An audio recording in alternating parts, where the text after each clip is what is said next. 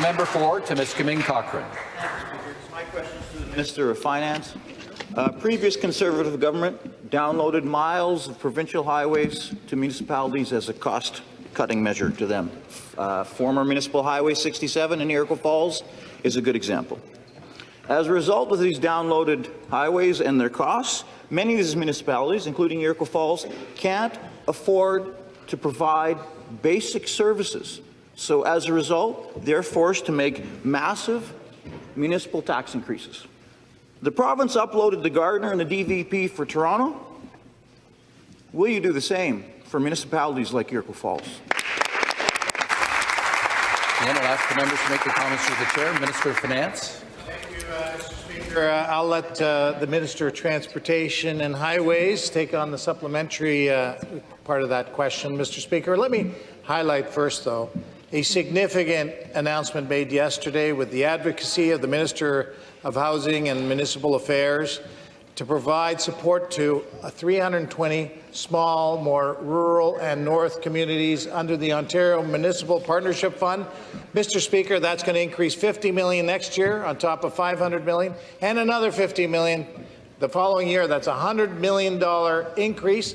That's going to help 320 communities right across Ontario. In fact, we're going through, this is going to be for many, many communities, including your riding, right across Ontario, a big help at a time when they need it for highways, for infrastructure, for whatever they need in their communities, because we're supporting communities right across Ontario.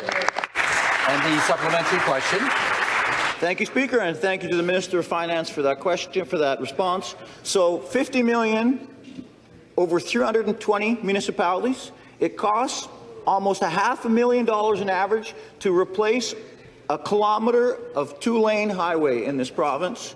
So that doesn't even do a half a kilometre on 67. But they can't afford to provide services now.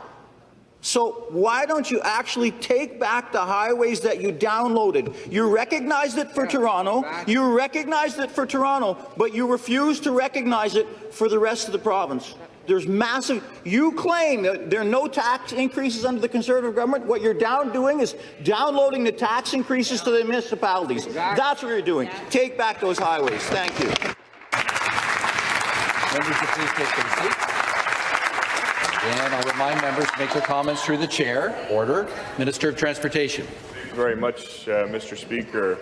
Let's look at the record here, Mr. Speaker. There's only one party in this province that supports building highways and roads, Mr. Speaker. We heard not too long ago, a couple months ago, the federal Liberal Environment Minister say there's no more money for roads. He doesn't want to build roads anywhere in this country or this province. We know the needs of the North, Mr. Speaker. We know the infrastructure needs of the North, and that's why we have dedicated over $28 billion over the next 10 years to build the roads, to build the highways across this province, especially in the North, recognizing the challenges that we have in the North over there.